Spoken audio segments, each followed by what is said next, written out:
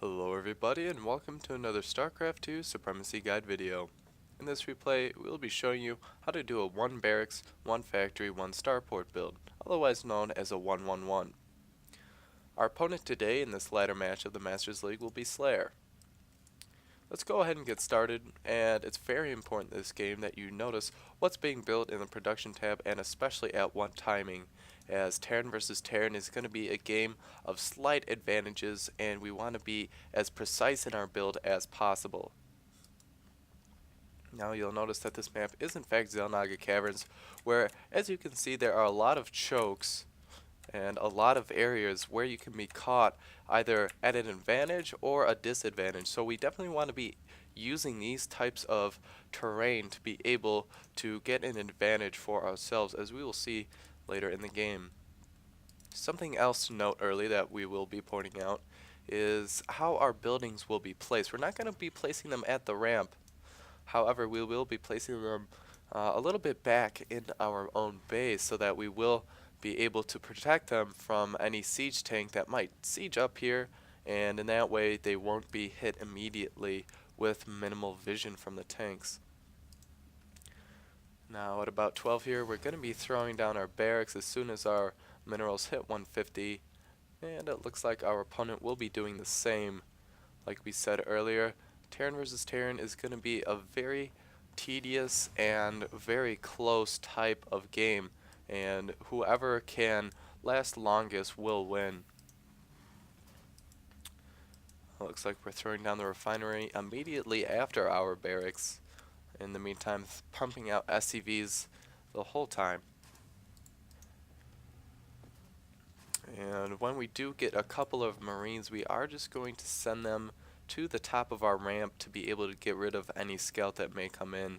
Looks like our opponent has chosen to scout with an SCV, but really this isn't quite necessary. The only thing you would see differing from this build would be maybe a second barracks pretty early that would tip off that your opponent is going to go for a very aggressive Marine push early in the game.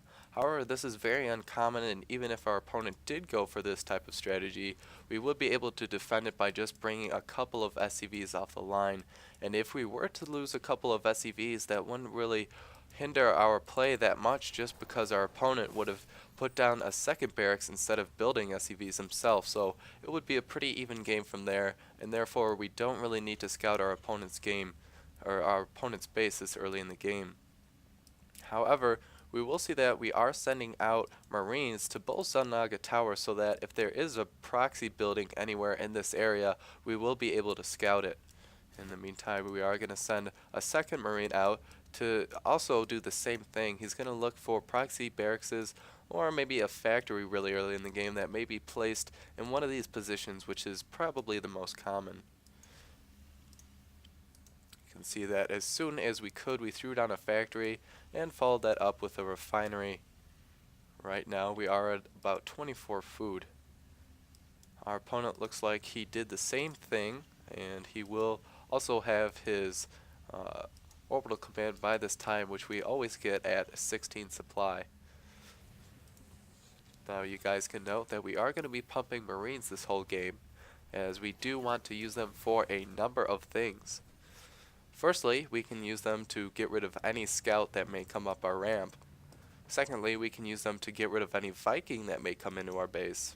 And thirdly, later in the game, when our tanks are going to be sieged up, we can use the Marines to actually defend against any Marine Marauder composition that may come and try to stim and just bum rush our tanks. So the Marines really do serve for a number of purposes. As soon as our factory finished, we did throw down a tech lab, and now we are making our first tank.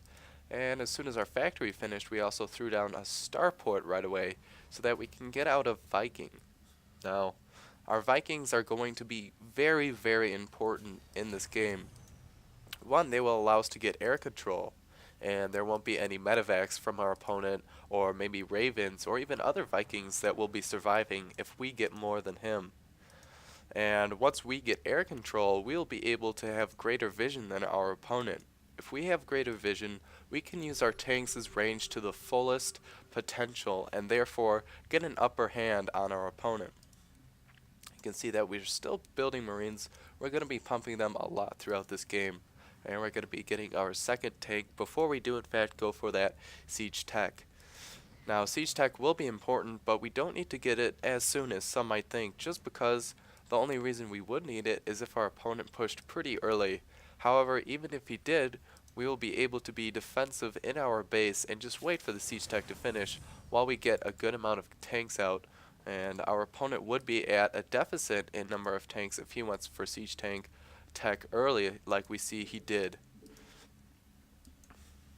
And in the meantime, we have been pumping out Vikings for the reason we have stated. We really would like this air control. Now it looks like we did use it to scout. We headed over to his base to see what was going on. And it did take a little damage, and all we have to do really is just take our SCVs and repair it a little bit, which is the beauty of this build, is that bringing a couple SCVs into a push will be allowing us to use all of our units to their full potential and make them last even longer throughout the game.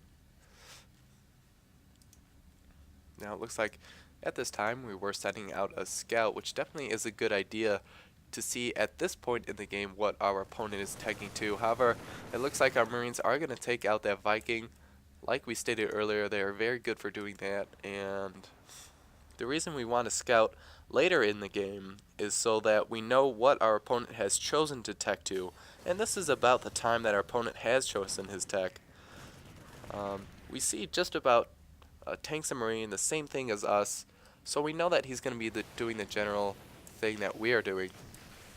And we see one lone SCV that is building a barracks that is quite undefended, so we are going to land our Vikings and take it out.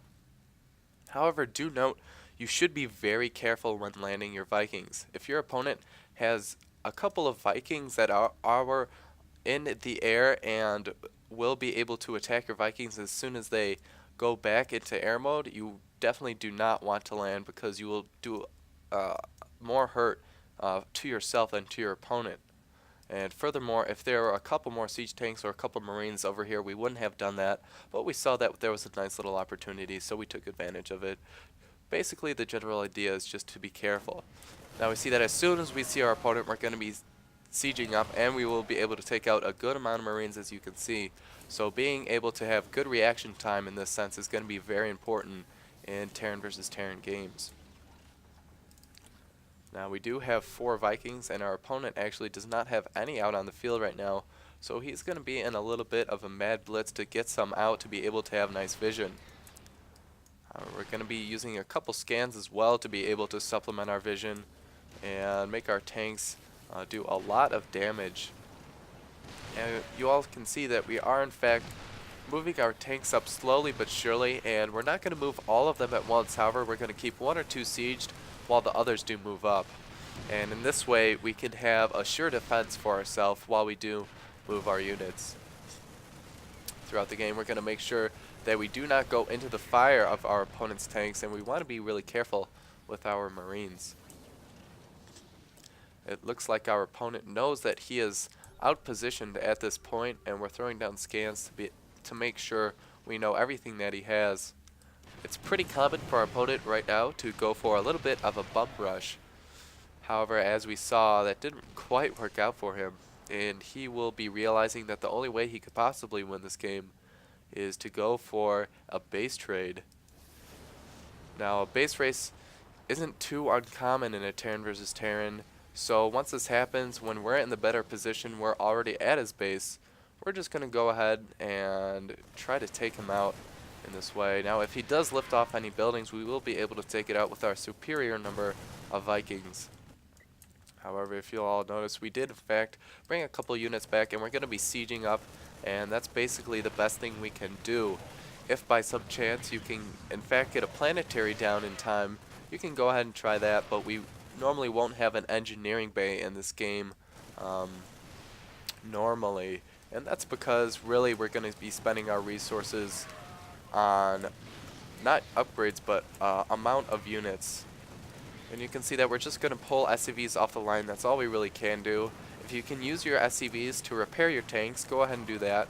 And what we're going to be wanting to do is just using all of our units to take out the forces that he brings into our base. In the meantime, we have taken out a good amount of his buildings, and he won't be able to come back from this at all. And we're just going to be moving in. And our opponent's going to try to do as much damage as possible, but clearly we're in the better position here. We have macroed better, and our opponent will leave, even though he didn't call it GG. Now, hopefully you guys can incorporate this very standard play into your guys' games, and hopefully you can increase your win rate. This is StarCraft 2 Supremacy Guide Videos signing out.